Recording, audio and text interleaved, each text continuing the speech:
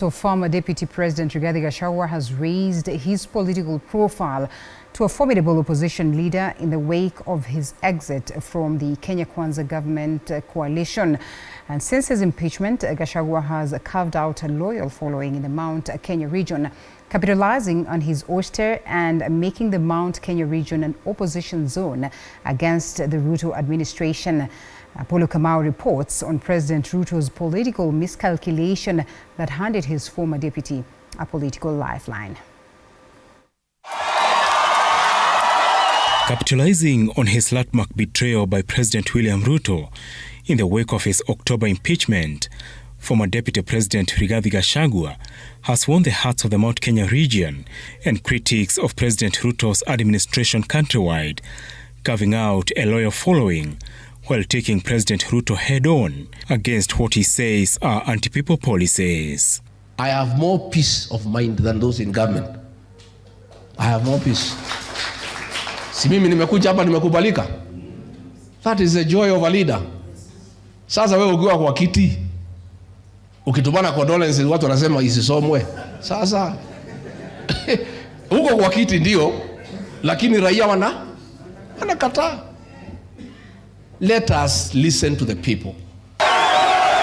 This past week, Gachagua went bare-knuckled on the president on the Adani deals, the recent wave of abductions, opposing new tax proposals, and reminding President William Ruto of failing Kenyans on the Mama Mboga promises during their 2022 election campaigns. Tukasema tutatoa watu kutoka bottom waende hapo.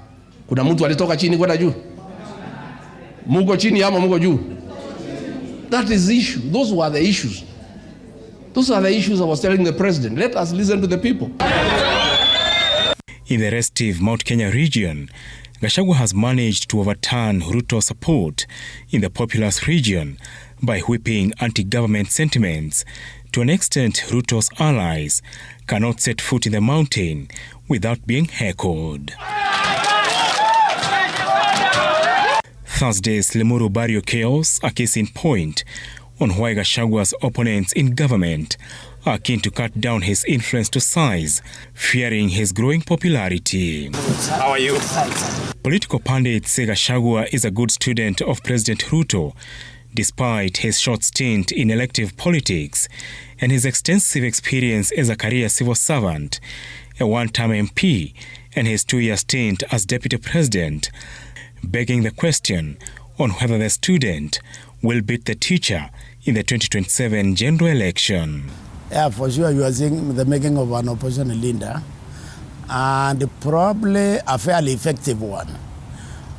Because you see, there is one quality which Gachagua matches the president. Gachagua is very crude. He's just about the same as the president. And you know, the ordinary Kenyans, they love that crudeness.